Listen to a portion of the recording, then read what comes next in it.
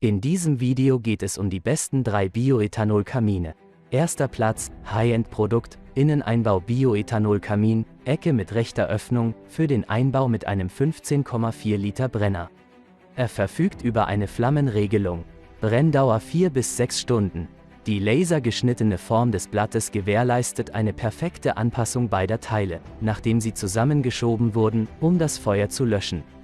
In jedem Kamineinsatz befindet sich eine spezielle Füllung aus vulkanischer Faser, die das Austreten von Biokraftstoffen verhindert. Es absorbiert brennbare Flüssigkeiten wie ein Schwamm und gibt nur ordnungsgemäß verbrannte Dämpfe ab. Sein Design gewährleistet eine einfache Montage und eine spektakuläre Oberfläche, ohne dass eine perfekte Bearbeitung der Lochöffnung in der Wand erforderlich ist. Jetzt direkt sparen, der Link zum Produkt ist unten in der Videobeschreibung. Zweiter Platz, Preis-Leistungs-Sieger, Biokamin Bioethanol-Kamin 1200 mm x 490 mm x 160 mm Tiefe. Montage, Wandmontage oder Einbau. Alle Schrauben und Haken sind im Kit enthalten. Hergestellt in der EU.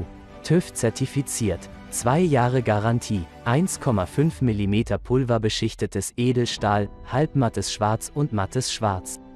Es hat einen einzigen 80 cm langen Brenner mit Flammenregelung.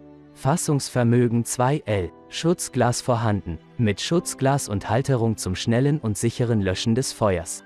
Ein im Brenner platziertes absorbierendes Kernstück sorgt für Sicherheit des Biokamins und eliminiert jedes Risiko eines Kraftstoffaustritts, selbst bei Kippen des Behälters. Made in EU. Dritter Platz, Sparprodukt, hochwertiger Bioethanol-Kamin, Gel-Kamin in den Abmessungen 900 x 400 mm aus weißem Glas plus mit Ständer.